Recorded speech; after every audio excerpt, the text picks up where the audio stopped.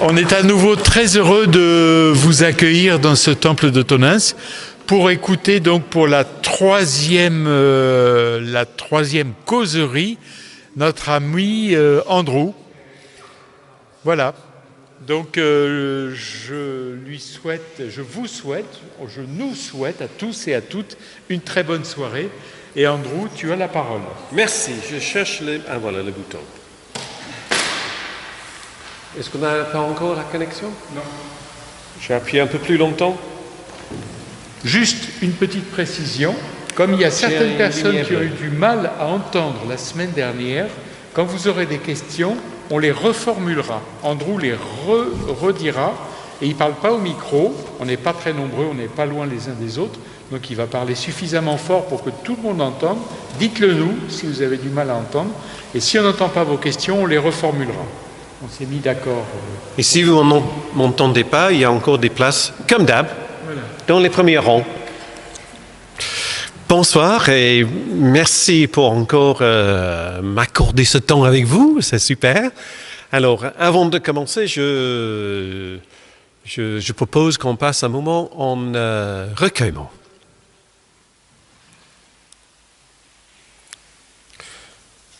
Que les paroles de nos bouches et les méditations de nos cœurs soient agréables à toi, notre Seigneur.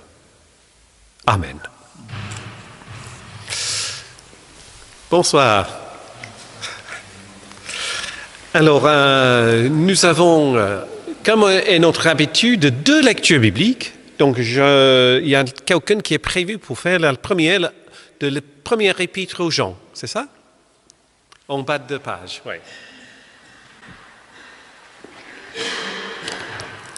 Et nous savons et nous croyons que Dieu nous aime. Non, le micro ne fonctionne pas. Ah, donc, je vais avoir du mal. Ouais. Et nous savons et nous croyons que Dieu nous aime. Dieu est amour. Celui qui demeure dans l'amour demeure en Dieu et Dieu demeure en lui. Ce que vise l'amour parfait pour nous, c'est ce que nous soyons pleins d'assurance au jour du jugement. Nous le serons parce que notre vie dans ce monde est semblable à celle de Jésus-Christ. Il n'y a pas de crainte dans l'amour. L'amour parfait exclut la crainte. On craint quand on entend une punition, et donc celui qui craint n'aime pas de façon parfaite. Quant à nous, nous aimons parce que Dieu nous a aimés le premier. Si quelqu'un dit « j'aime Dieu » et qu'il a de la haine envers son frère ou sa sœur, c'est un menteur. En effet, s'il n'aime pas son frère ou sa sœur qu'il voit, il ne peut pas aimer Dieu qui ne voit pas. Voici donc le commandement qu'il nous a donné. Celui qui aime Dieu doit aussi aimer son frère et sa sœur. Tiens, je vais reprendre le papier. Merci. Voilà, nous avons vu, je ne sais pas si je me trompe, il y a peut-être 2 ou 3 personnes qui n'ont pas fait les précédentes séances. Donc, pour récap, pour tout le monde, y compris pour ceux qui n'ont pas été là, nous avons dit que l'idée que je développe sur Process, c'est que tout est en devenir et que la réalité est constituée de petits paquets que j'ai appelés les entités ou les occasions. Et les occasions viennent de le passé et le présent. Tout ça s'est mis ensemble et chaque entité est dotée d'une visée initiale donnée par Dieu, proposée par Dieu, souhaité par Dieu pour réaliser sa plénitude en ce moment, à cette occasion précise. Ces occasions sont liées les unes avec les autres dans ce qu'on appelle les sociétés, les communautés, les groupes. Et donc une entité peut être quelque chose immatériel, comme un sentiment, une idée, une pensée, un souvenir. Ça peut être aussi quelque chose de très physique, même si c'est microscopique, donc la base de l'univers, on dit que c'est les espaces entre les quarks, on avait dit, voilà, et donc, constitués ensemble, ça forme les sociétés, et donc on peut considérer qu'une personne est une société de ces occasions. toujours en devenir.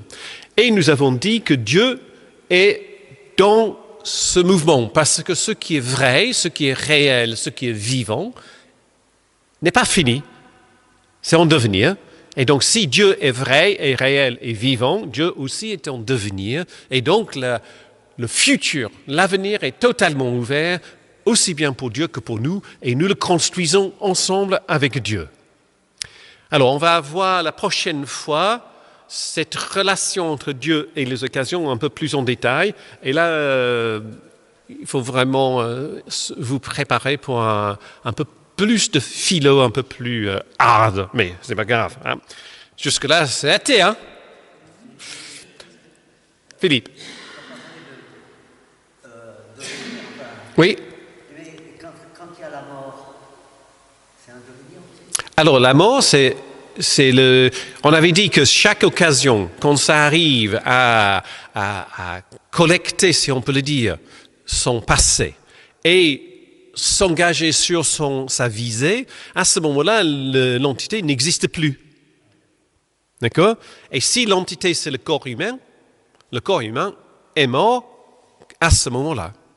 Mais il y a une réflexion dans cette idée de pensée sur ce que ça peut être la vie éternelle. Mais je garde ça pour plus tard. Il ne faut pas tout dévoiler en même temps. Hein? Voilà. Alors, Et donc, j'ai aussi, la semaine dernière, nous avons vu ce que peut être Jésus dans cette façon de penser, que Jésus n'est pas quelqu'un fini, bien sûr, mais quelqu'un qui est toujours en devenir. C'est pour ça qu'en croyant, nous pouvons dire que Jésus est vivant. D'accord?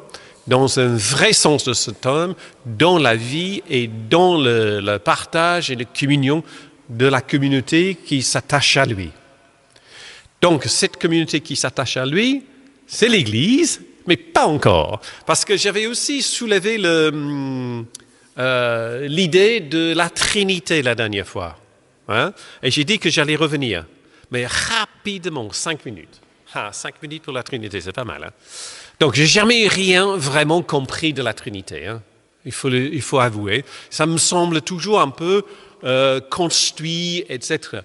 Et 3 en 1 en 3, on m'avait dit que c'est Trinité 3 parce que le tabouret, c'est le plus sûr avec les 3 pieds. Donc, ça bouge pas. Et j'ai trouvé une illustration. Je pense que nous ne pouvons pas parler de la Trinité sauf par des illustrations. Hein? Je suis un père, je suis un fils, je suis un mari dans mes relations familiales, mais je suis la même personne. Mais je n'agis pas en tant que mari auprès de mes enfants. Soyez rassurés. Hein? Ni comme père auprès de mon épouse. Donc, ça me semblait une idée qui peut aller un peu pour la Trinité. Alors, donc, il y a effectivement Père, Fils et Saint-Esprit. Donc, c'est le classique des classiques. Hein. Donc, il y a... qu'est-ce que c'était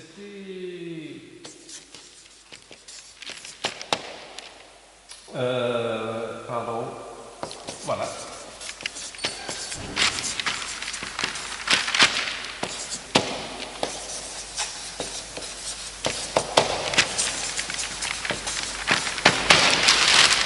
Donc ces 3 idées-là, donc Saint c'est la sainteté totale, la parole c'est l'action, l'Esprit Saint, c'est pour lier tout ensemble.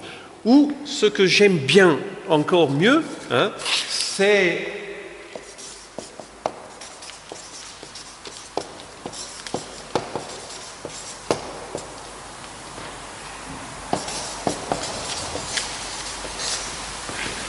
aimons, aimer et amour. Encore une fois, aimons, c'est cette idée d'attraction, comme un aimant, hein, pour donner cette visée, pour persuader. Aimer, c'est le récepteur de cette visée et la mise en place, donc c'est la parole qui agit, parce que le parole, ce n'est pas juste un mot, c'est le verbe, hein, le parole agissant. et puis l'amour qui relie l'ensemble. Donc on peut dire que voilà, Père, Fils, Saint-Esprit, ou dans l'autre ordre si vous voulez, mais il me semble que l'avantage avec ces deux façons de décrire la Trinité, pourquoi 3 ? Pourquoi pas 4 ? Ou 7 ? 7 ça aurait été mieux parce que c'est biblique, perfection. Mais bref, on est récepteur de notre passé, de notre tradition, donc c'est 3. Hein? Et peut-être, pour que j'aime, il y a quelqu'un que j'aime, duquel je reçois l'amour, et cet amour qui circule, ça fait 3. Et ça fait une relation au sein de Dieu. Dieu n'est pas tout seul sur son nuage, mais en relation intime, comme derrière cette idée de process. Est-ce que vous avez un commentaire là-dessus? Sinon, on peut glisser vers autre chose.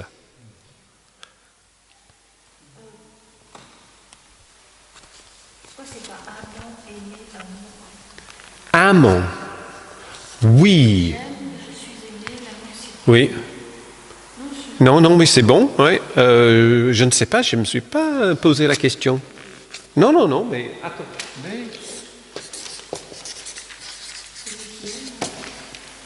Celui qui aime, c'est un amant. Ouais. Aimant, c'est plutôt le verbe. Oui, c'est vrai. Hein. C'est plutôt le verbe. Ouais. Oui. Ouais. Non, mais je pense que pour vendredi, je change. C'est le process, hein? Non, mais c'est ça, hein? Ouais. Voilà, donc c'est plus clair que ça soit amant.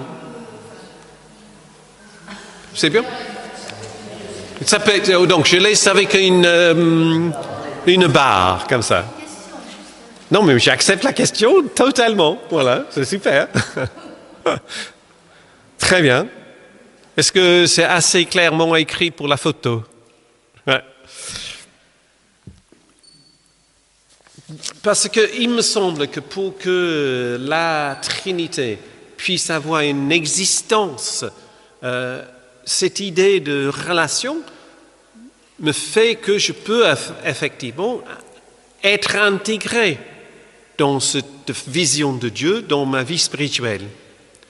Parce que ma vie spirituelle est à la fois horizontale, avec tous ceux avec lesquels je côtoie, et aussi, bien entendu, ce qu'on dit vertical, mais c'est pas la place, hein, c'est pas le lieu plus haut, mais cette idée que dans toutes les dimensions. Et je trouve que l'idée de Trinité, c'est pas quelque chose de très nouveau, hein, cette idée de Trinité qui est une relation, mais il me semble que c'est ça qui me pose moins de questions sur l'idée de la Trinité. Voilà. Très bien. Donc, la deuxième lecture, Frédéric, tu as choisi Gentiane.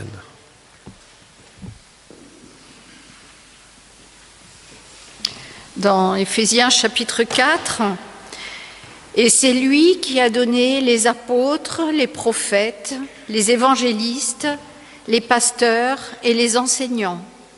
C'est ainsi qu'il a rendu ceux qui lui appartiennent aptes à accomplir leur service pour que se construise le corps du Christ. De cette façon, nous parviendrons tous ensemble à l'unité de la foi dans la connaissance du Fils de Dieu. Nous prendrons ensemble une stature parfaite d'adulte à la mesure de la plénitude du Christ.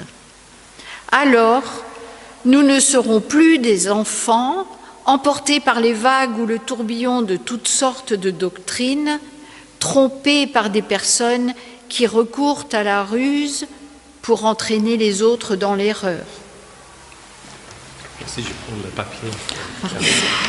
Bon. Je ne me sens pas visé par la dernière phrase. Alors, si on dit « Église », qu'est-ce que vous avez en tête? Qu'est-ce qui vient tout de suite en entendant le mot église? Qu'est-ce que c'est pour vous l'église? Une maison.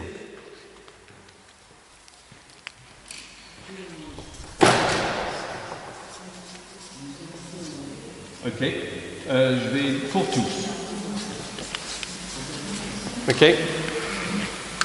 Une assemblée. Une assemblée.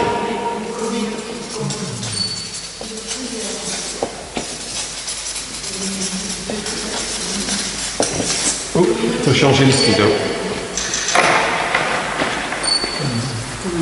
Communauté de prière.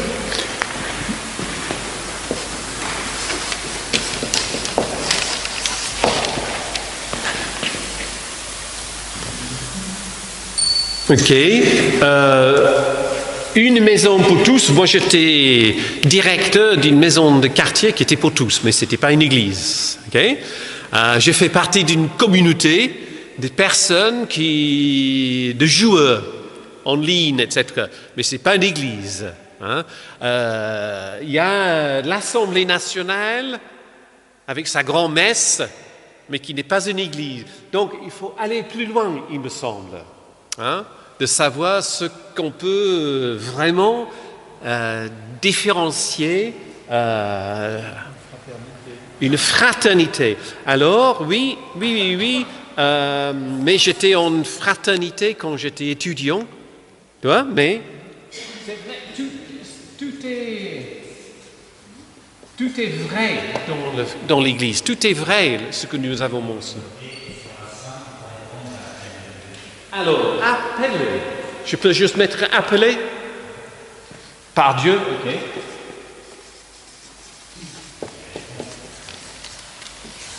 Donc ça c'est Dieu, le théos. Hein? Pour les chrétiens. Ah, voilà, donc pour tous, pour...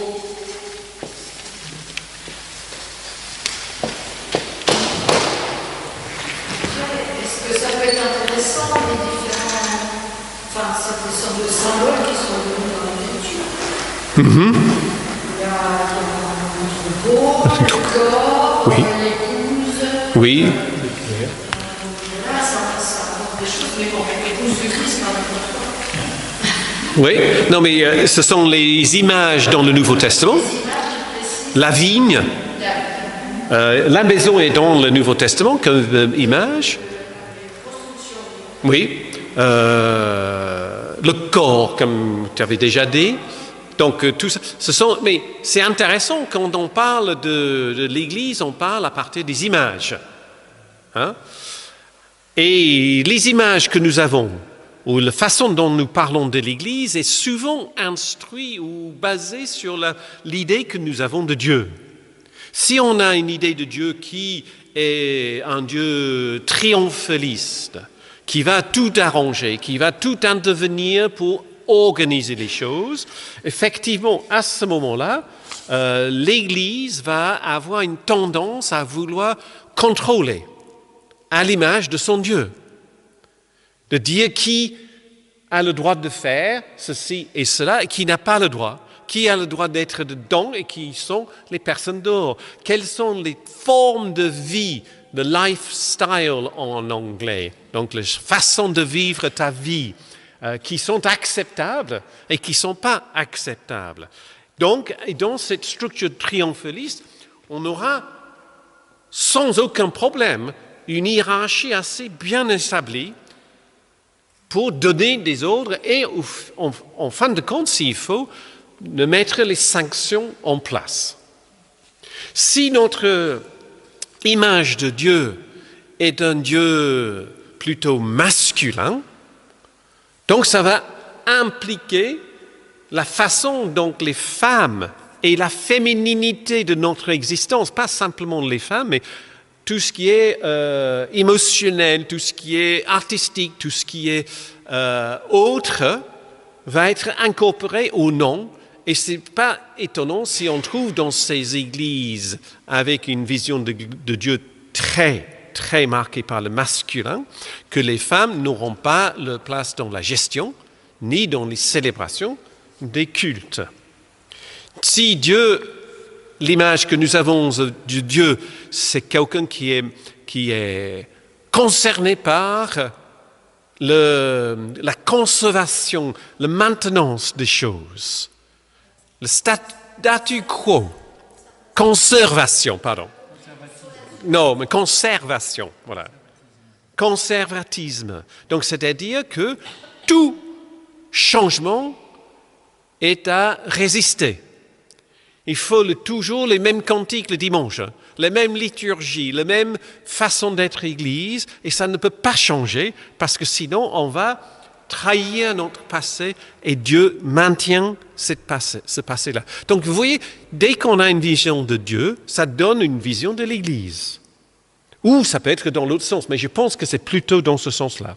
Et donc la vision de Dieu qu'on je propose, c'est un Dieu qui est dynamique, qui bouge, qui devient Dieu. Donc l'Église est à l'image de ce Dieu. On peut dire que l'Église, à l'image de cette idée de process, c'est un Dieu d'amour en acte. Ok, mais c'est très bien. Sauf que dans ça, il y a quand même un danger. Il y a un danger de vouloir tellement aimer le monde, comme dit le texte, tellement aimer, qu'on est prêt à accepter tout. Qu'il n'y a pas de barrière. Au nom de l'inclusivité de tous, l'Église est prête à tout faire. Et donc, l'Église ne sera en aucun sens différente que la société autour. Sauf que nous avons vu dans cette idée d'amour dans le process, que c'est un amour de grâce qui ne laisse rien perdre, mais qui est un amour exigeant. Dieu vient chuchoter, mais avec telle force pour nous persuader de réaliser ce que Dieu envisage pour nous. Dieu ne lâche pas, revient sans cesse. Donc cet amour est exigeant à un tel point que ça ne peut pas permettre à tout. Parce que l'amour de Dieu ne peut pas être content d'un à peu près. D'accord ? Alors, moi j'aimerais prendre on avait dit le corps,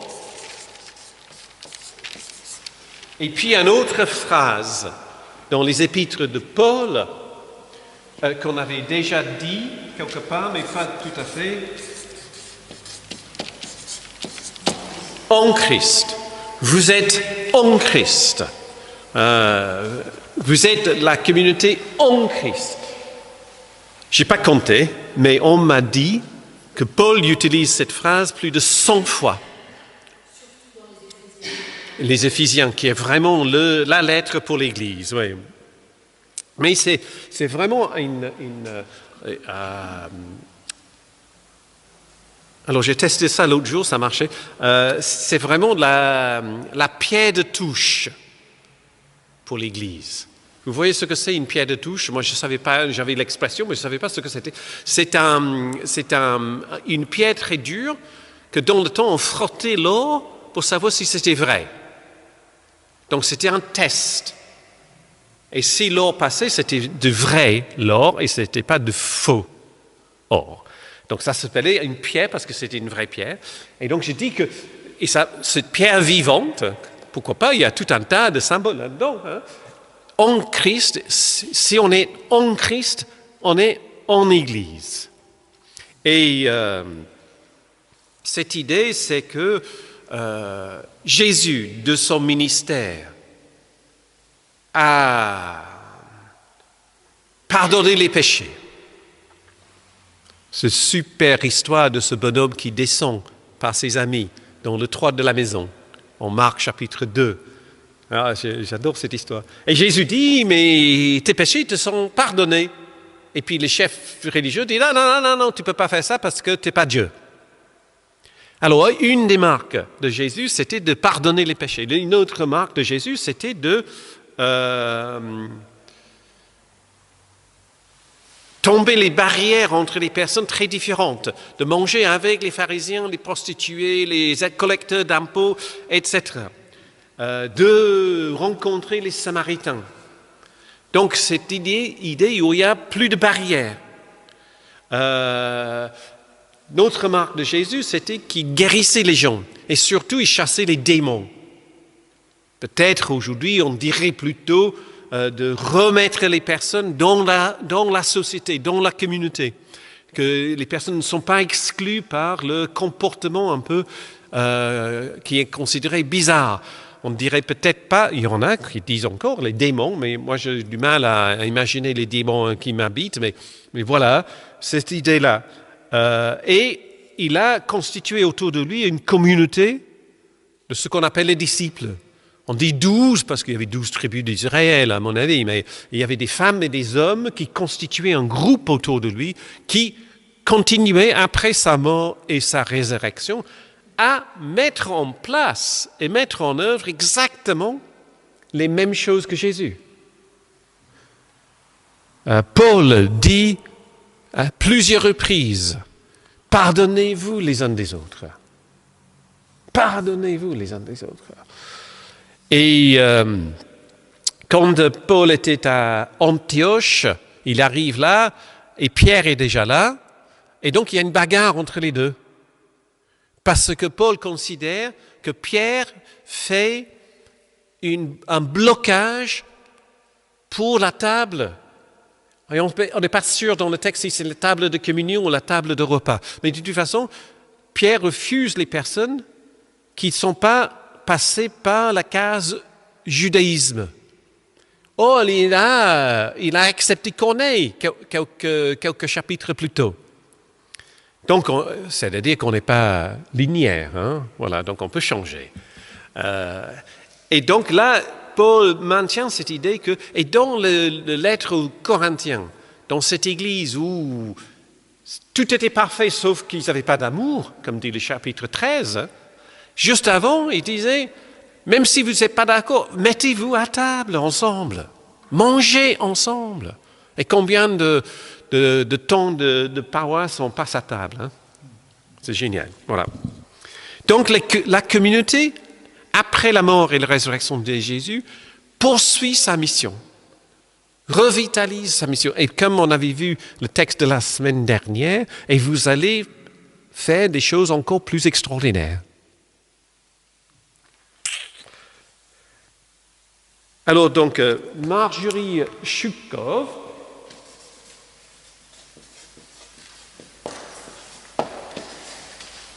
alors je ne sais pas toujours comment... Marjorie Chupkov est une théologienne américaine de deuxième génération des penseurs de cette idée, ces idées. Et puis elle dit sur Jésus, dans sa vie, Jésus a créé une communauté d'égaux, issus de différents milieux, mais unis dans leur relation avec lui. La résurrection a encore radicalisé la communauté, la transformant en une extension d'incarnation, modélisant désormais en elle-même et dans sa proclamation une nouvelle façon d'être ensemble. Tout comme Jésus a touché à transformer les autres avec un amour qui guérit, la communauté qui porte son nom est appelée à faire de même dans le monde. L'Église est appelée à témoigner par sa vie et ses paroles une vie sociale de bien-être communautaire. Est-ce que vous vous reconnaissez en Église dans ces phrases?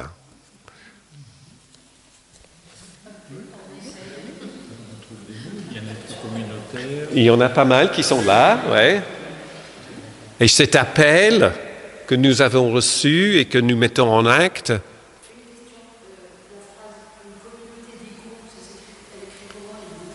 égal au pluriel.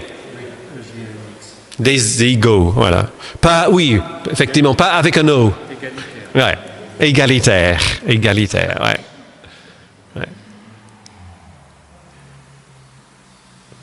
Est-ce que nous avons le sentiment d'appartenir à une église où tout le monde est égal. Comment? Plus, moins. Tu disais non? Oui. On tend vers, oui. Pardon. C'est un vœu. Ah. On aimerait. Oui. Oui. Mais c'est comment dire? On sait que c'est fragile. Oui. Donc on sait que c'est fragile, que dans la durée c'est plus difficile. On est humain, totalement humain, et nous faisons avec ce que nous avons. OK? En devenir. Et parfois, vous n'avez pas l'impression qu'on aimerait que ça aille un peu plus vite, hein, un peu plus loin.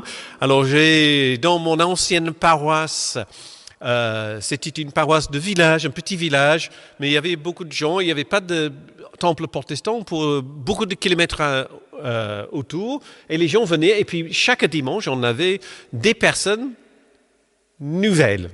Chaque dimanche, il y avait quelqu'un qui n'a jamais été venu au temple jusque-là. C'était bizarre, mais voilà.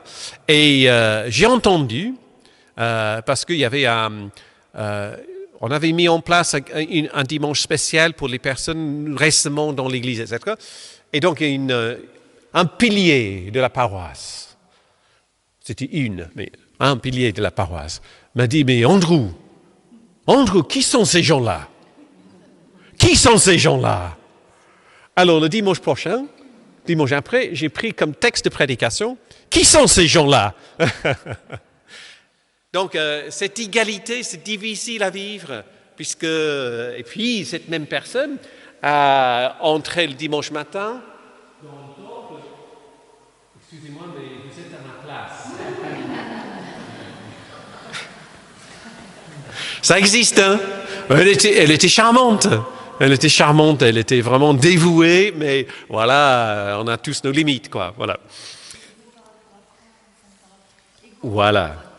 Ouais. Au désir de communier, par rapport à l'ouverture du cœur qu'on peut avoir pour recevoir, par rapport à la compréhension des écrits. Alors l'égalité, sur quel niveau? Est-ce que c'est intellectuel? Est-ce que c'est émotionnel? Est-ce que c'est spirituel? Est-ce que c'est les dons, les talents qu'on a? Voilà. Non, mais je répète la question, si c'est que ça. Voilà, donc je pense que c'est une réponse d'un cauchoir, c'est tout, ça. Oui, effectivement, mais puisque quelqu'un ne peut pas... Voilà, moi je suis quelqu'un qui demande facilement, est-ce que tu voudrais lire le texte biblique dimanche prochain? Et puis, pour beaucoup de gens, c'est au-delà de ce que cette personne peut imaginer, se mettre debout devant le micro avec le texte biblique. Mais ce n'est pas parce que cette personne vraiment incapable, ou se sent incapable de le faire, que cette personne a un témoignage moins que quelqu'un d'autre.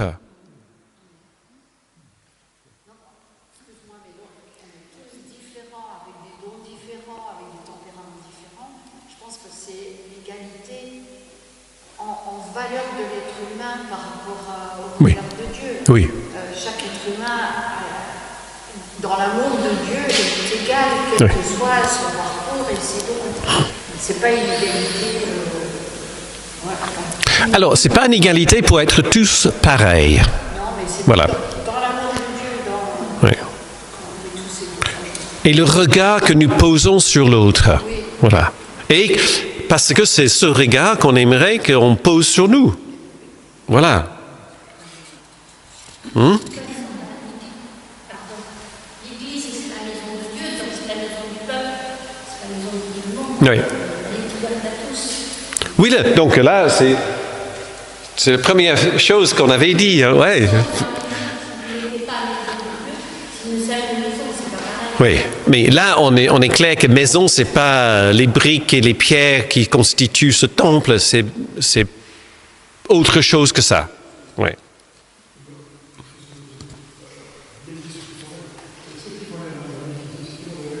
Plus fort, Philippe. Oui. Alors, la question c'est, est-ce qu'on va tous dans la même direction? Oui.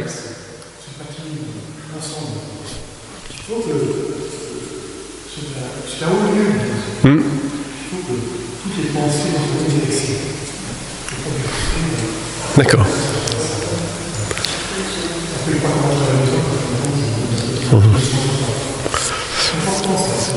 D'accord. Non, oui. On a la même visée. La même visée. Voilà, pour effectivement avoir un moment. Mais ça marche pas systématiquement, ça marche pas comme un comptable. Hein. Parfois, on vient au culte et puis à la fin du culte, mais je ne sais pas pourquoi je suis venu. Hein. Tu vois, j'avais froid, la personne derrière moi toussait tout le temps, je ne sais pas si j'ai attrapé ce qu'elle avait, etc. Et donc, on est parfois banal. Hein? Mais par moment, une phrase dans un cantique, une parole prêchée, un geste tout simple, ça transforme tout. Et l'Église a cette puissance de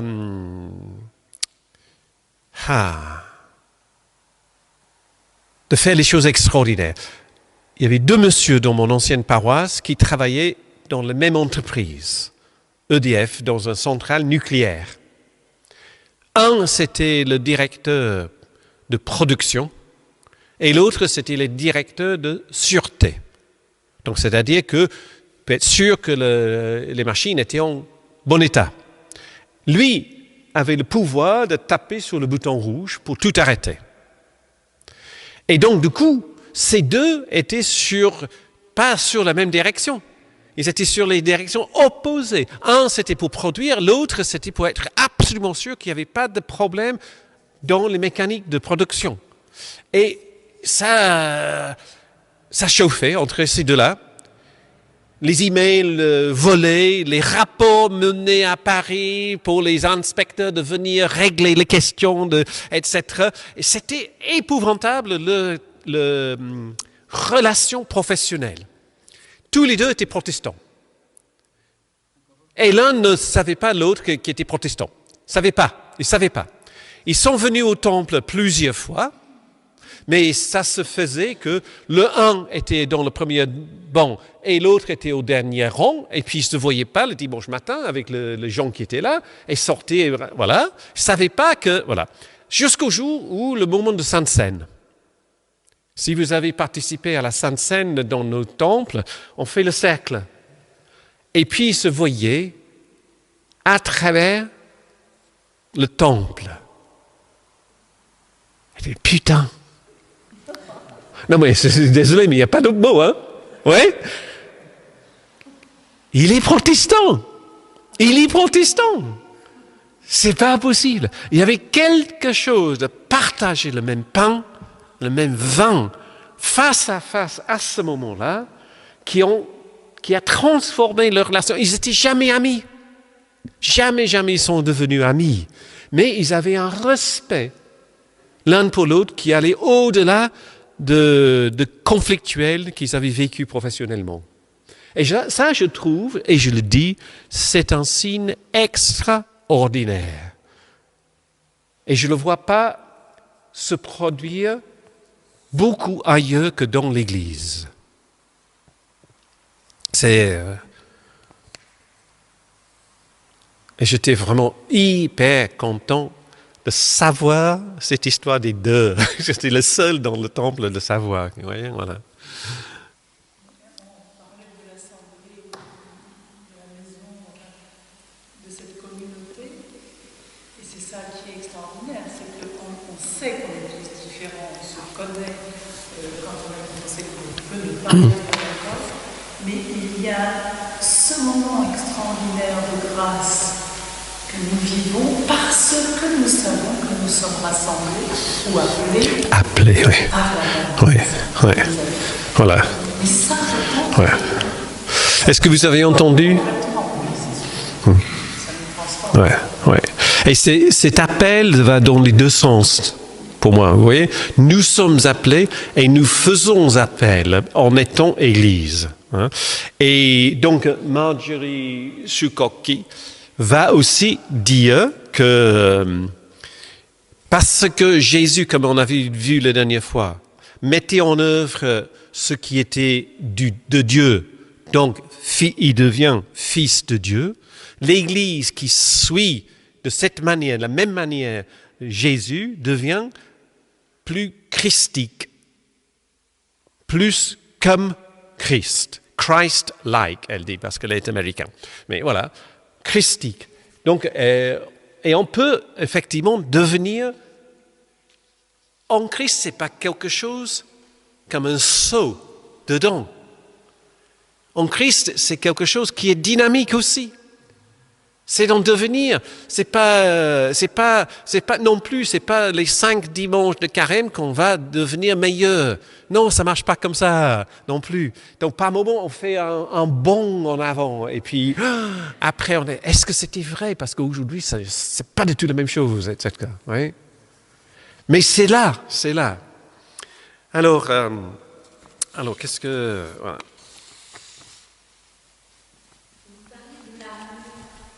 Oui. Quand on va à l'église, c'est normal qu'on a l'amour de Dieu à nous. Oui. Parce qu'on l'a partagé aussi, pas dans l'église. Voilà. Donc, parce que l'appel que nous avons reçu, c'est pas contenu ici, mais ça déborde. C'est comme cette fontaine d'eau vive dans l'évangile de Jean, là, qui déborde. C'est ça l'image de cet amour. Ouais. Alors, moi je suis très anecdotique, hein, vous avez compris. J'ai fait l'enterrement pour un monsieur Georges qui était, je ne sais pas si j'ai déjà raconté l'histoire, arrêtez-moi. Il était membre de CGT, il était membre du Parti communiste, il était en première ligne de toutes les manifestations avec ses camarades. Il travaillait au PTT pour réparer les voitures de la Poste toute sa vie. Il était absolument engagé. Il était engagé aussi dans la fraternité de la mission populaire où j'étais à cette époque-là, qui était une maison protestante dans un quartier très populaire, en lien avec la population populaire. Et donc on avait les partages bibliques, on avait les cultes. Il était fidèle à ces moments-là, très actif dans les discussions autour de la Bible, les textes bibliques. Il avait une connaissance biblique énorme. Le jour de son enterrement, la salle était blindée. Tout le monde était là, de la frate, et aussi ses anciens camarades. Et puis après, parce que j'ai prêché, après, ses camarades sont venus me voir pour dire « Ah, maintenant, on a compris. » Parce que Georges, dans son travail, n'a jamais parlé de Jésus, de Dieu, de l'Église, de quoi que ce soit. Mais quelque part, ses camarades ont capté qu'il y avait quelque chose chez ce monsieur qui allait au-delà de son engagement syndical, etc. Il m'avait dit toujours qu'il avait son drapeau dans la poche.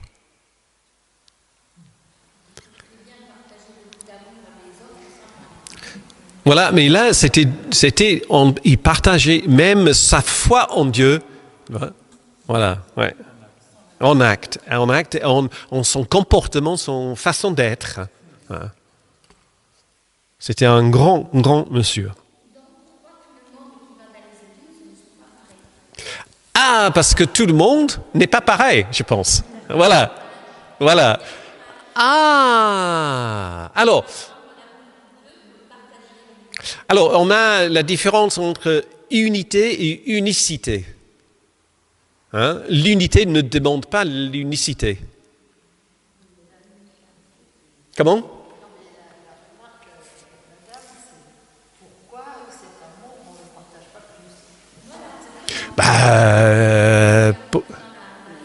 Ouais. Comment? Pardon?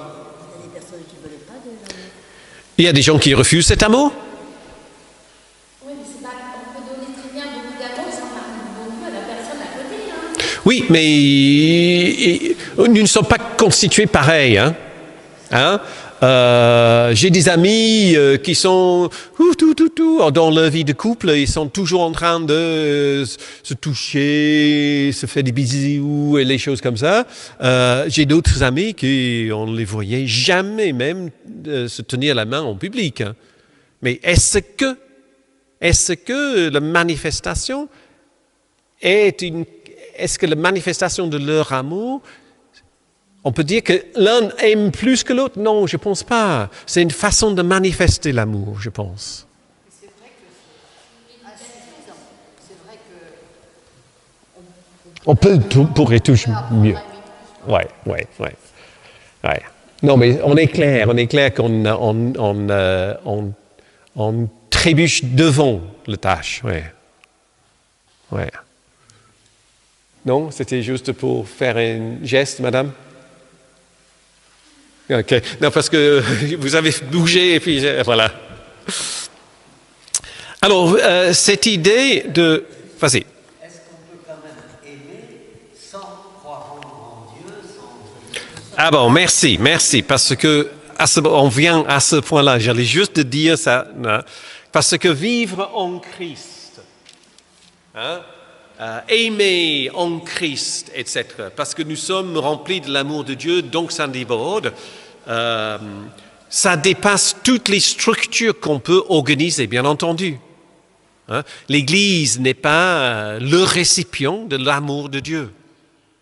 Hein? L'amour de Dieu dépasse toutes les structures, y compris toutes les structures ajoutées les unes aux autres. Il n'y a aucune amalgame de structures qui est assez grande, assez puissante. Ceux qui vivent en Christ se trouvent bien dans l'Église. Mais pas tous.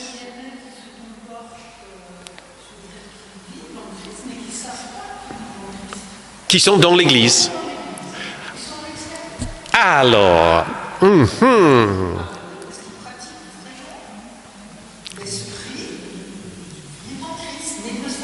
Alors, justement, j'allais dire, c'est super, parce qu'il y a énormément de gens, les hommes et les femmes, qui sont saisis par cette réalité de Jésus dans leur vie que nous ne trouvons pas dans l'Église. On est d'accord. Et cette expérience qu'ils ont eue, voilà, quelqu'un qui me dit, mais j'ai lu l'évangile de Marc, j'ai trouvé que c'était super, parce que là, j'avais l'impression de connaître Jésus. Mais jamais cette personne va faire le pas de dire que j'ai la foi chrétienne.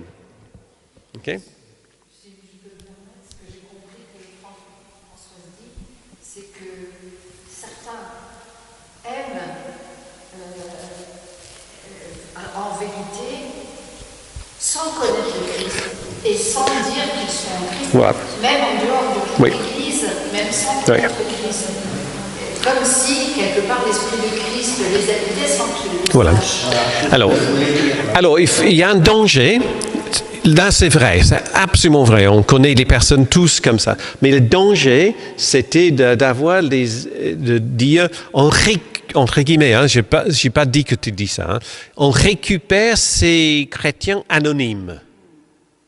Tu vois, jusqu'au bout de cette analyse où l'Église mormone baptise tout le monde, même les gens qui sont déjà morts.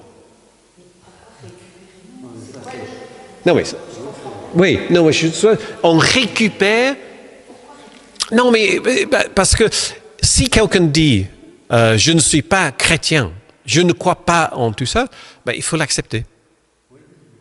Il ne faut pas dire, ou je ne sais pas s'il faut dire ou il ne faut pas dire, mais je ne me permets pas de dire, mais sans savoir, tu as Christ en toi.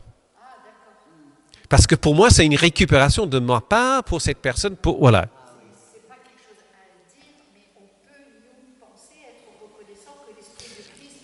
l'Esprit de Christ souffle où il veut. Oui, absolument. Oui, mais dans ce sens-là, mais pas, voilà, c'est ça l'idée de cette récupération qui était quand même un mouvement dans les églises du siècle dernier. Hein. On appelait ça les chrétiens anonymes. Tu vois? Mais alors, il y a toujours quelque chose. Voilà. Il y a toujours quelque chose. Quelque chose. Et si il y a des personnes qui disent « je ne crois pas en Christ, je ne crois pas en Dieu », mais qui agissent de cette manière. Il y en a qui disent « Jésus, je trouve super et je trouve que si on mettait en pratique, ça serait très bien. » Gandhi, il était converti au christianisme par la lecture des béatitudes, jusqu'au jour où il est allé au temple. Et le monsieur à la porte du temple disait « Non, monsieur, vous ne pouvez pas venir ici, c'est pour les blancs. » Il n'a jamais remis les pieds dans une église. Ouais. Il ne voyait pas comment le message de Jésus pouvait couper le monde selon la couleur de la peau. Donc là, mais c'est quelqu'un qui vivait, là, il vivait le Christ en lui. Les béatitudes, ouais, c'était les béatitudes pour lui. C'est absolument un moment de conversion qu'il a dit. Absolument, absolument. Et ce que je veux dire aussi, c'est que si ces personnes existent, si ces personnes sont en Christ sans être dans l'Église, hein, si on peut dire ça comme ça, c'est en grande partie grâce au témoignage de l'Église. Sans savoir, le fait que l'Église existe dans notre société fait en sorte que les gens sont intéressés à Jésus, etc. Parce que ça sera beaucoup moins nombreux dans les pays où l'Église chrétienne n'est pas. Forcément.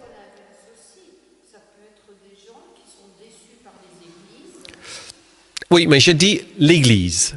Les églises, effectivement. Oui. Ouais. Parce qu'il me semble que Gandhi a dit qu'il serait chrétien par rapport aux valeurs et à l'enseignement de Jésus, mais pas par rapport à comment il a vu vivre. Voilà, tout à fait. Ouais. Mais je crois quand même que nous ne mesurons pas l'impact de témoignage que simplement d'exister. Et c'est bien de dire ça, que effectivement, venir au culte, avoir les endroits ouverts, être disponible effectivement pour cette personne qui va pousser la porte qu'on ne connaît pas. Tout ça, ça fait que il y a ce témoignage un peu passif, parce qu'on n'est pas sur la place publique en train de persuader les gens de changer leur vie, etc., parce que la fin du monde est proche, mais ce témoignage passif a un immense impact dans la vie des jeunes, les uns et des autres.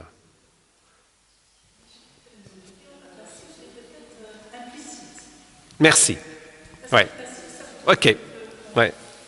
Mais dans le mot passif, il y a aussi le mot passion. Ouais. C'était pour récupérer un peu.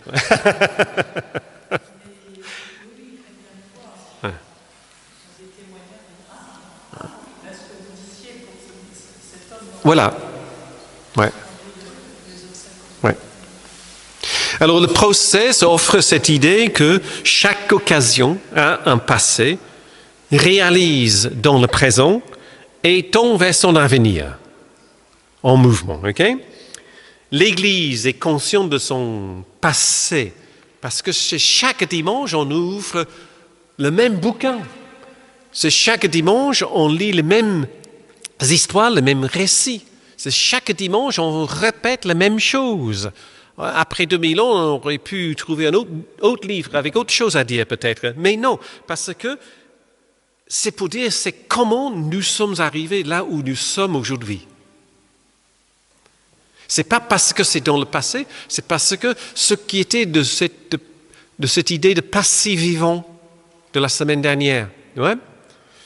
Et donc, ce passé est rendu vivant par la proclamation, par la célébration, par les sacrements, par l'engagement pour l'Église dans la justice et la paix, au-delà de ces murs. Hein. Tout ça, ça rend visible, ça rend présent ce passé. Et nous faisons ça avec... alors, je n'ai pas beaucoup de place sur mon...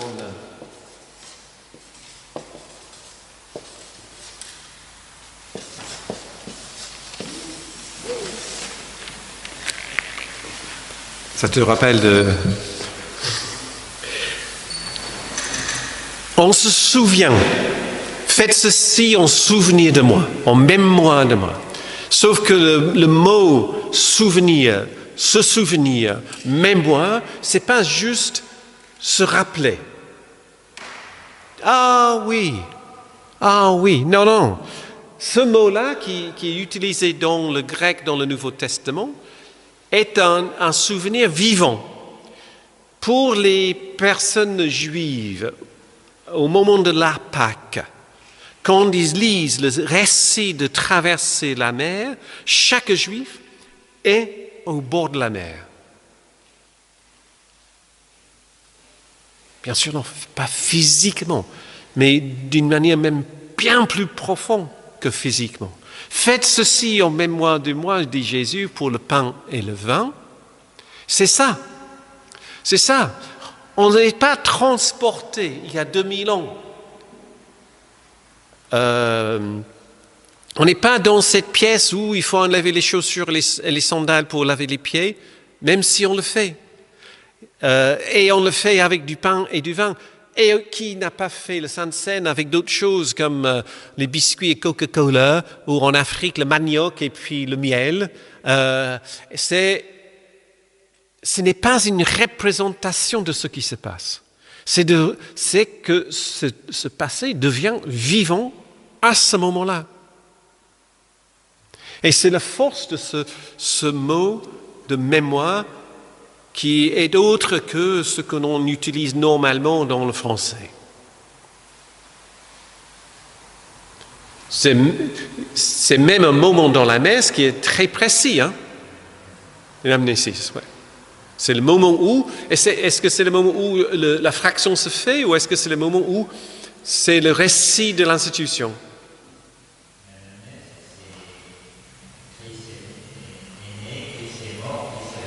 Voilà.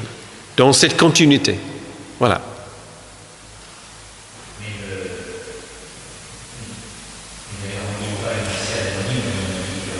Oui.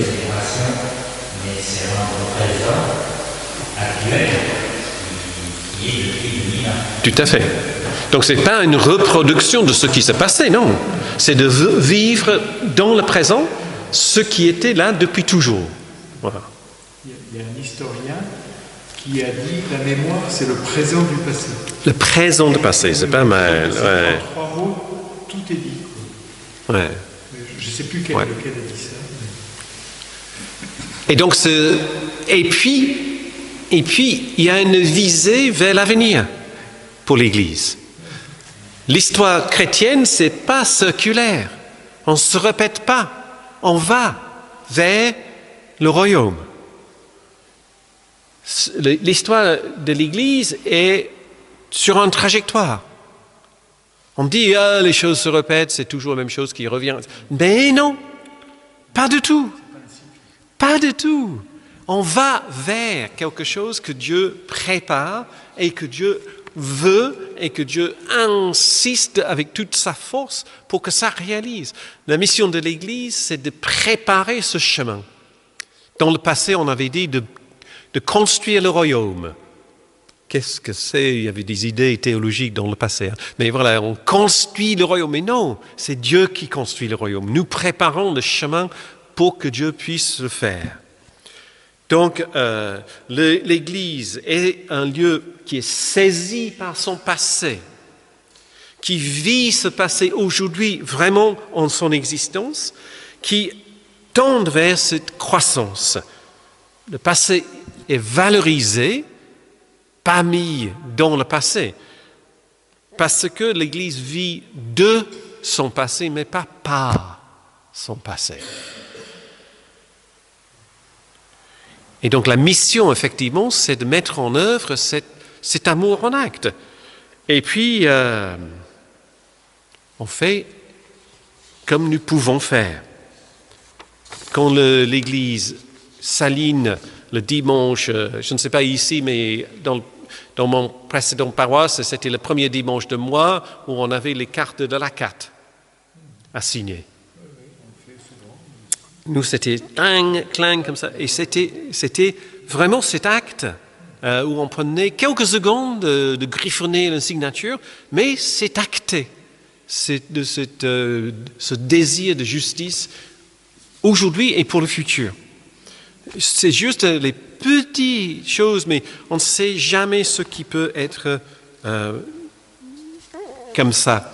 Et donc, en quelque sorte, l'Église qui est fidèle à l'appel de Jésus ne va pas miraculeusement produire des pains et des poissons à volonté, mais va s'engager dans la tâche, je dirais, bien plus difficile de mettre en place les distributions alimentaires, avec tout ce que ça demande en termes de temps, d'énergie, de communauté, d'engagement, de négociation et même parfois les refus à gérer.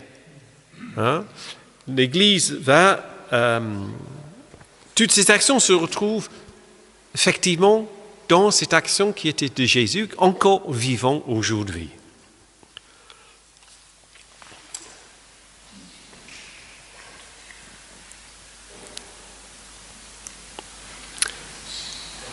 J'ai dit ici un témoignage personnel sur mon papier. Et j'avais envie de partager avec vous ce témoignage personnel. Sauf si vous voulez reprendre quelques idées qui sont là. Ah, j'ai oublié. Alors, avant de faire le témoignage personnel, cette personne, Marjorie Sukopki, a beaucoup travaillé la question de l'Église, etc. Et avec un monsieur qui s'appelle Norman Pittinger. Vous voyez en bas, c'est un professeur de théologie de Cambridge en Angleterre et Cambridge aux États-Unis. Il a fait sa carrière dans la ville du même nom, dans 2 lieux différents. Et donc, lui, c'est une traduction que j'ai faite. Ce n'est pas une définition de l'Église. C'est résumer la pensée de Process vis-à-vis de l'Église. OK? Est-ce que tu veux le lire? Parce que comme ça change le voix, et puis voilà. Non, parce que c'était... Je vais attendre que Jean-Philippe ait fait toutes ces photos. Je vais le lire. Okay. Voilà, donc je vais essayer de le lire suffisamment clairement. L'Église est ce lieu où nous sommes dans une continuité sociale qui, par sa communion, nous offre une identité en Christ et un ressentiment d'appartenance à une réalité historique vivante et croissante. Ses origines sont dans le passé et son objectif est son accomplissement, épanouissement. Son existence actuelle est déterminée par la présence de Jésus-Christ. Vous avez entendu? Est-ce que vous voulez réagir à cela? Mais je sais un peu chaud. Peut-être la prochaine fois.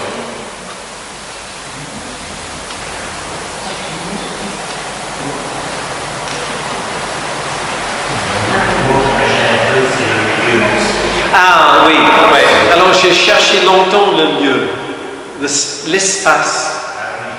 Voilà. Ouais. Pourquoi se cantonner justement? Oui, mais j'avais pas en tête un lieu physique. Ouais. Réalité. Oui, mais absolument. Ouais, c'est plus. Voilà. Parce que the church is this. Je pense que c'était. Je n'ai pas le texte en anglais, je ne sais pas ce qu'il a dit. Mais j'avais une idée que ça peut être l'espace. Oui. Ouais. Au sujet du ressentiment. Oui. Personnellement, j'aimerais plutôt le mot assurance. Et une assurance d'appartenance. Ouais. Alors en anglais, le mot était feeling. Non, tout à fait, on est là pour ça. Donc le mot dans le texte d'origine, c'était un feeling. Et en anglais, le feeling, c'est sentiment, c'est émotion, c'est plusieurs choses. Ouais. Il y a aussi du ressenti. C'est aussi le ressenti en feeling. C'est pas le ressentiment, mais le ressenti. Oui, le ressenti. Oui, c'est vrai. Mais assurance, oui. Mais c'est pas assurance comme la marque. Comme le mail. Ce qui me vient, c'est que s'il n'y avait pas eu cette notion de continuité sociale, Oui. ce lieu aurait pu être ce lieu en nous. Oui, s'il n'y avait pas cette continuité sociale. Alors, donc, c'est si on enlevait ça, oui. si on enlevait ça, Ouais. Je vois, mais c'est vraiment pour maintenir cette idée que le procès c'est un maintenir, etc. Voilà. Ouais.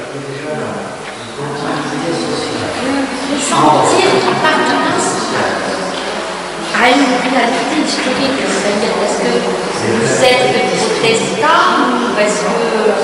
Comment le sentiment d'appartenance à une réalité historique vivante et croissante, oui. Parce que moi, je suis mitigée. J'ai une mère qui était protestante et un père qui était catholique. Oui. Donc après, bon, j'ai été éduquée dans la loi catholique. Et c'est vrai que j'aime bien apprendre toutes les choses de ma maman qu'elle m'a appris.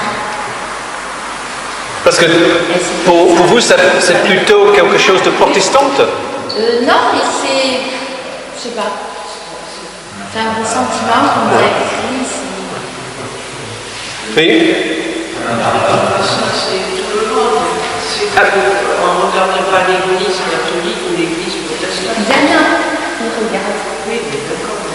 Non, on ne peut pas non plus faire une abstraction non plus. Hein. oui, parce que le sentiment d'appartenance, c'est pas appartenance à telle église ou telle église. Ah non. C'est appartenance au corps de Christ. Oui, à cette réalité historique, ce truc, ce lieu, ce truc. Quoi. Je suis tout à fait d'accord avec l'aspect politique, on va vers Ouais. pour intégrer, tant mieux. Mais en même temps, on est désespéré de voir dans 2000 ans, on va dire, on va changer. Oui. Je vais dire que... Mais c'est pas vrai.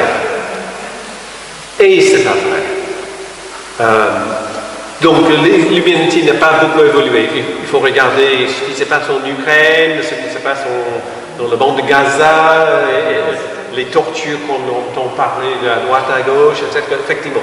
Mais en même temps, demandez aux dames présentes si elles se sentiraient mieux aujourd'hui que le siècle dernier. Demain. Hein? Demandez aux esclaves il y a 2 siècles ce qu'elles auraient pensé aujourd'hui. Demandez aux personnes de transgenres comment ils sont reçus et acceptés aujourd'hui, et je veux dire, même pas la même chose du siècle dernier. Hein? Je pense que l'humanité change.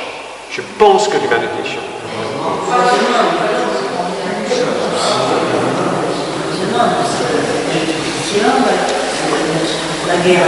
Ouais. Et heureusement, on est les lave-linges. Hein.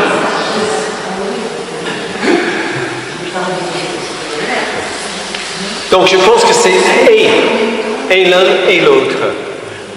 Ouais. Je pense.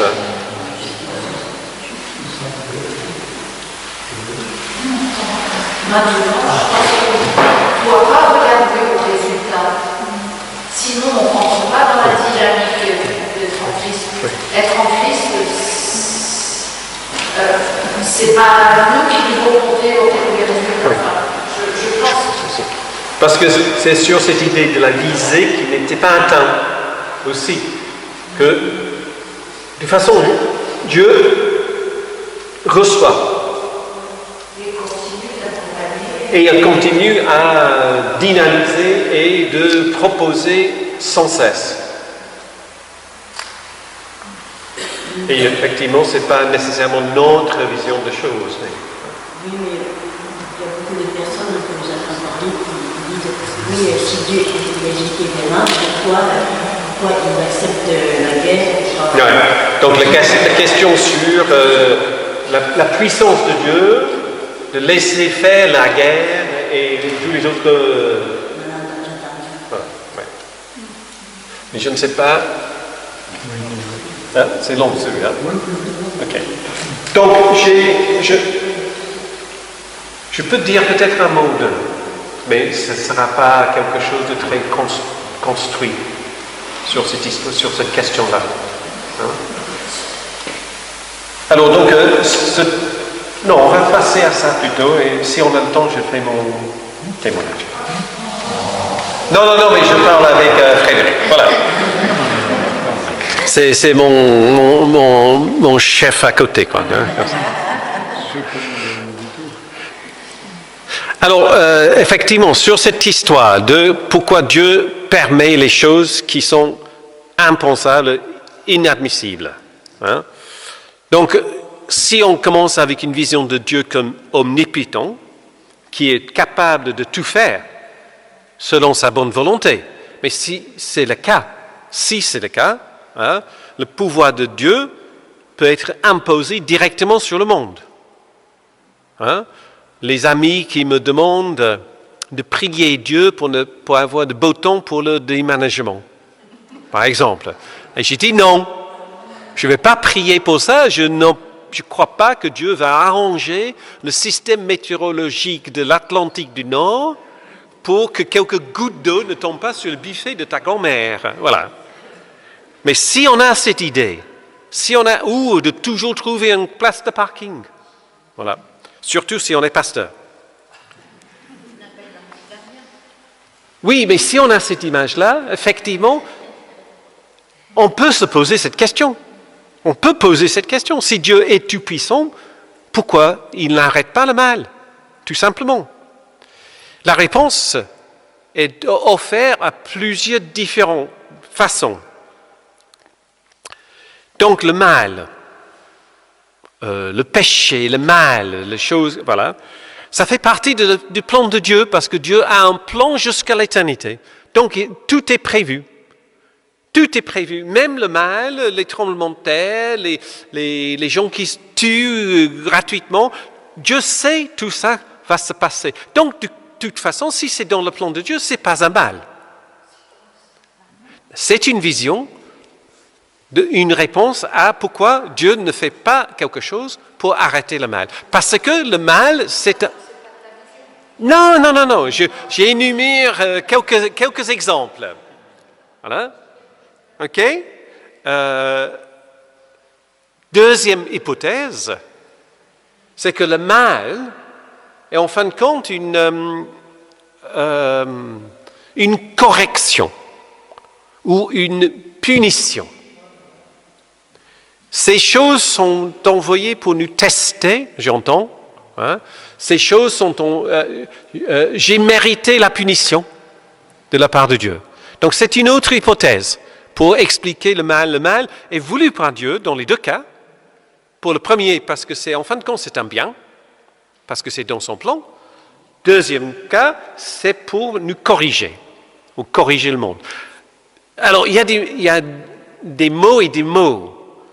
un tremblement de terre ou un volcan qui explose est vital pour la vie de la planète. Ce n'est pas une catastrophe, c'est le contraire. C'est une catastrophe si tu habites juste en bas. Mais si on n'avait pas de tremblements de terre, s'il n'y avait pas de tectoniques, de plaques, etc. qui bougeaient, la Terre ne sera pas là, ni nous non plus. Donc ce n'est pas un mal à vouloir faire quelque chose pour nuire. La troisième possibilité, hypothèse, c'est le mal, c'est un effet secondaire, inévitable, de la liberté que Dieu nous donne. Et la liberté est un bien plus grand bien que le mal. Donc ça, c'est la troisième hypothèse. C'est pour ça qu'on a un process qui évolue dans le bon sens un peu. Alors, moi je dis que le process offre une autre possibilité, un quatrième.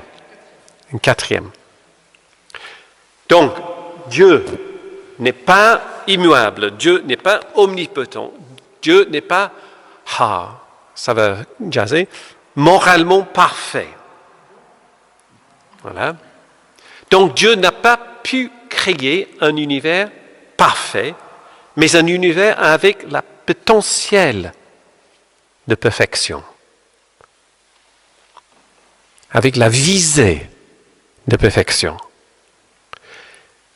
Dieu n'a pas pu créer les êtres humains parfaits. Cette idée que Adam et Ève étaient parfaits dans le jardin et après la chute avec le péché, nous sommes les conséquences de tout ça, ça n'a pas sa place dans cette vision de process. Mais Dieu a créé les êtres humains, les créatures, avec un potentiel énorme vers la perfection. Et puisque Dieu est en devenir, le mal et la souffrance deviennent à ce moment-là les vraies possibilités d'un devenir autre, imprévu, inattendu.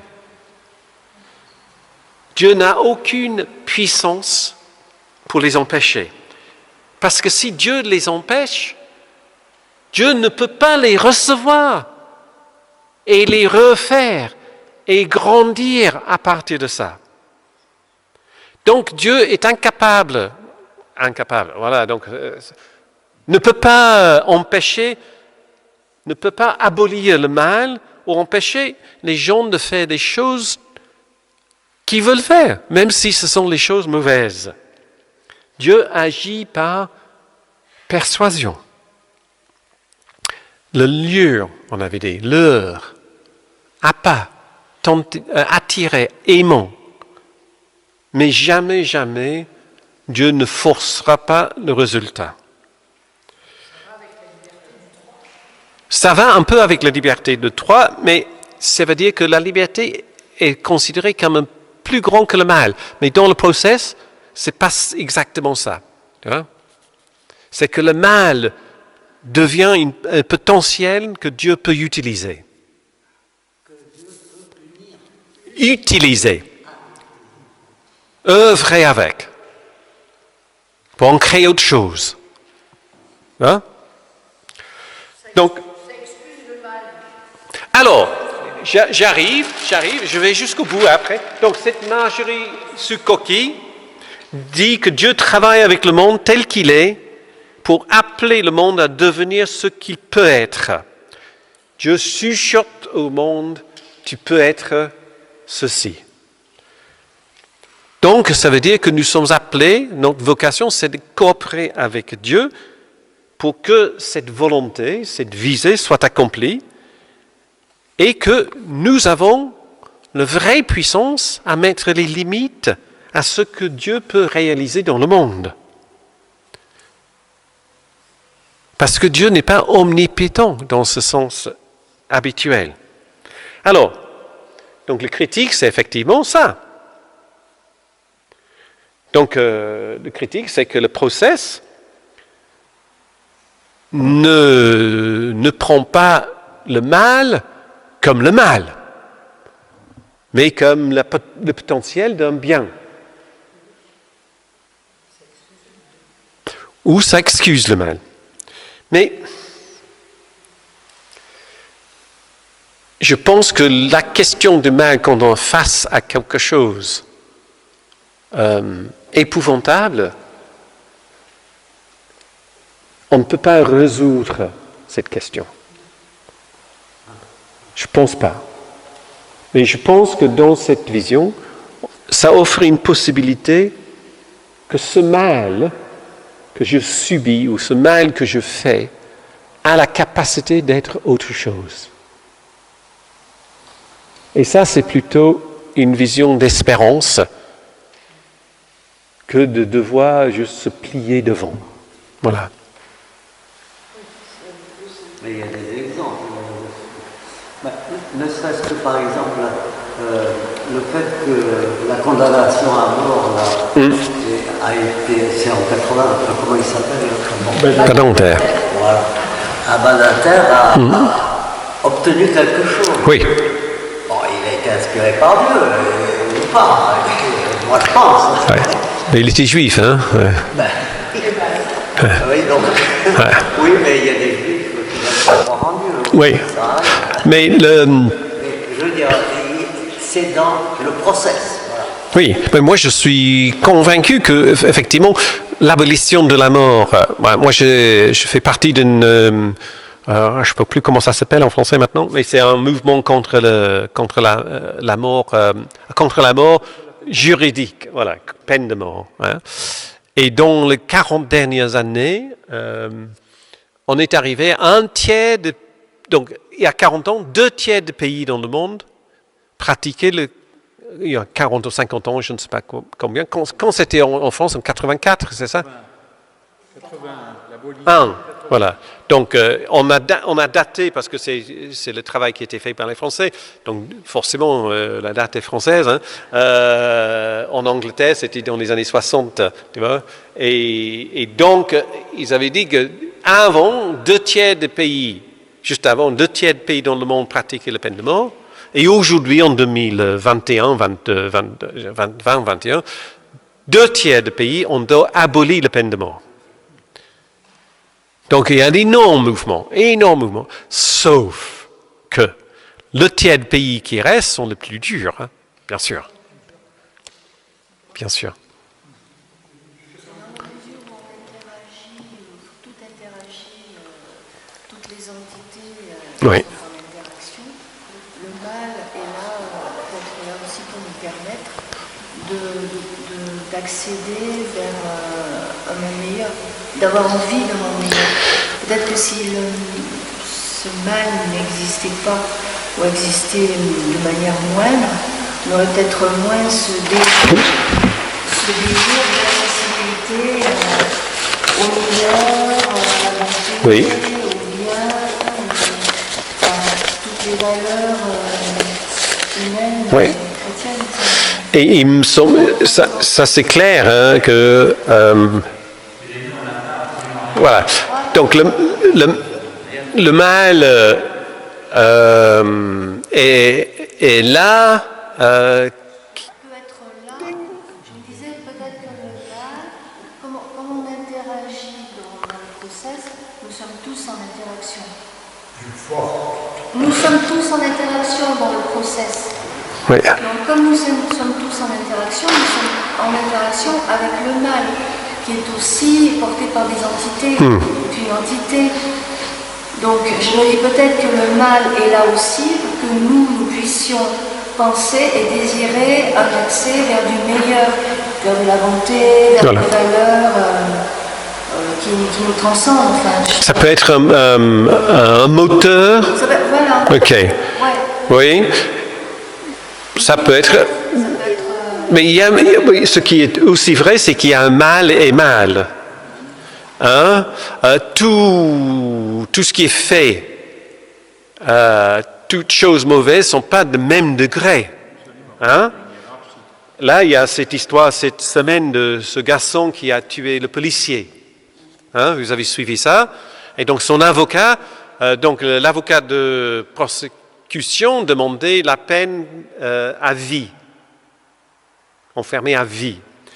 La défense demandait une peine longue, parce que c'était quelque chose d'inadmissible qu'il a fait, mais n'enlève pas la vie de ce garçon. Quelle est la part qu'il a en lui pour transformer et se transformer?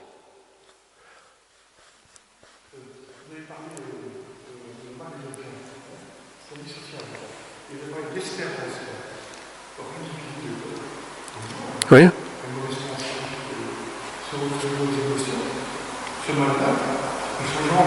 Oui. Oui. Oui. Tout à fait. Oui. Oui.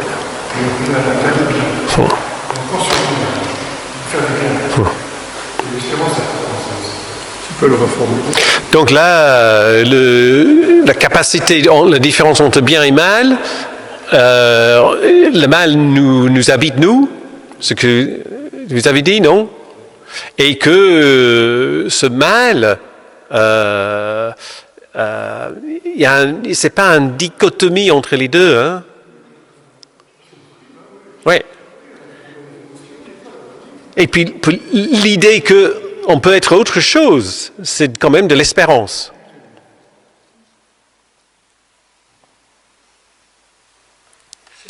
J'ai toujours le verbe de moitié. Il y avait Jean-Pierre aussi. Ouais. Jean-Philippe, pardon. Justement, je posais la question sur la définition même du mal.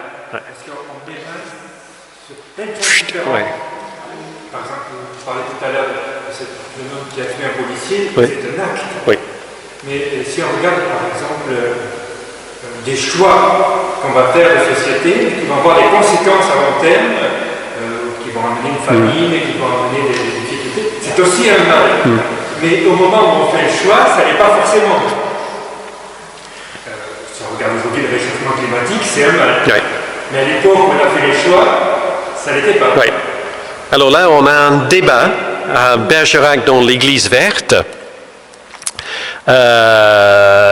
Parce que l'Église, donc l'écologie, c'est vraiment très précis. Hein? C'est plusieurs communes maintenant, à l'annonce d'une naissance, donnent les couches en lavables aux mamans. Ce qu'on avait avant. Exact. Alors, dans la paroisse, il y a une dame qui a passé toute sa vie militante féministe, qui dit « Oh là là, on revient en arrière là !» Non, mais elle, non, parce qu'elle s'est battue pour avoir une vie femme libérée, et une touche de ça, c'était quand même cette histoire de... Donc, je ne dis pas que c'est bien ou mal. Vous voyez, où est-ce qu'on situe le bien et le mal dans ce débat-là? Et on va ouvrir le débat. On va organiser un bistrot débat là-dessus.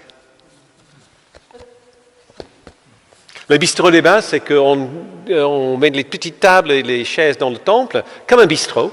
On sert de la bière et on débat le soir, comme ça, avec l'apéritif. Voilà. Et ça s'appelle un bistrot débat. Ou le jus de fruits, si vous voulez.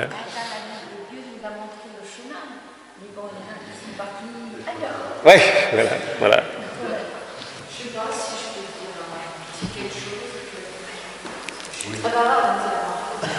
Pas plus que moi. C'est vrai que moi, pour moi, le mal, c'est quelque chose d'absurde. Le mal, en général, que ce soit les accidents, les cynismes, voilà. Et puis à la limite, des maladies aussi. Il y a parfois le mal qui est produit par nos actions qui entraînent des conséquences. Et il y a parfois des choses qui n'ont rien à voir avec. Qui sont gratuites. Et pour moi, c'est complètement absurde. Si on lui trouve un sens, c'est comme si on l'excusait et ça me dérange. Après, par rapport à Dieu, j'aime assez, pour moi personnellement, ça me répond à cette question. Pourquoi Dieu n'intervient pas plus drastiquement pour arrêter le mal? Bon, déjà, je sais qu'il a un projet pour le faire, mais je ne sais pas comment, et je voudrais que ce soit tout de suite. Mais tu n'es pas Dieu. Non, voilà. Par contre, ce qui m'a porté une réponse, c'est ce que disent les juifs, le Tzimtzum. Oui. C'est le Oui. qui choisit de se retirer. Oui. Pas de se retirer en Non. il se retire en voyant ce qui se passe, en souffrant, comme tu dis, en étant, mais pour laisser la liberté des choses se faire jusqu'à un moment où on dira stop. Voilà. Et si se retire, moi, ça m'aide D'accord. à mieux comprendre les choses. Mais voilà, moi j'entends bien, mais je partage pas du tout. Voilà, tant pis pour moi. Non, mais parce que on maintient cet omnipotent de Dieu. Voilà. Que Dieu, pour des raisons propres à Dieu, n'agit pas. Mais il y a un énorme problème moral avec un Dieu comme ça aussi.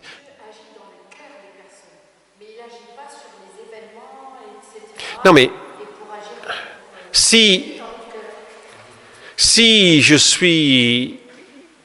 j'habite sur le national, et donc on a des enfants en face, si je vois un enfant qui court après un ballon dans la rue, je vais gueuler pour l'arrêter. Et puis Dieu ne le fait pas. Dans ce sens-là, j'ai la possibilité de le faire.